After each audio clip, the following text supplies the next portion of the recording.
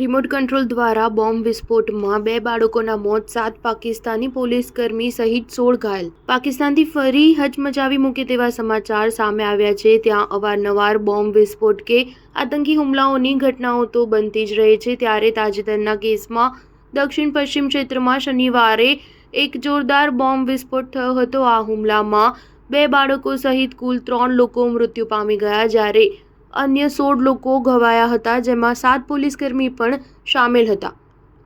પ્રાથમિક અહેવાલો અનુસાર રિમોટ કંટ્રોલ આધારિત બોમ્બથી વિસ્ફોટ કરવામાં આવ્યો હોવાની જાણકારી મળી રહી છે. આ બોમ્બને એક બાઇક પર ફિટ કરી દેવામાં આવ્યો હતો.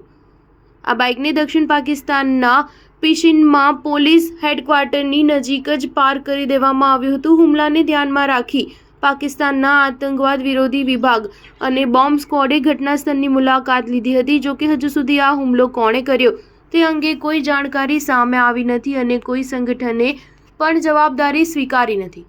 પરંતુ એવું મનાય છે કે આ ક્ષેત્રમાં નાગરિકો અને સુરક્ષા દળોને નિશાન બનાવનારા ભાગલાવાદી જૂથોની વધતી જતી હિંસાને કારણે જ આ હુમલો કરાયો હોઈ શકે છે. સ્ટાર ન્યૂઝ 7 હંમેશા સચ્ચાઈની સાથે.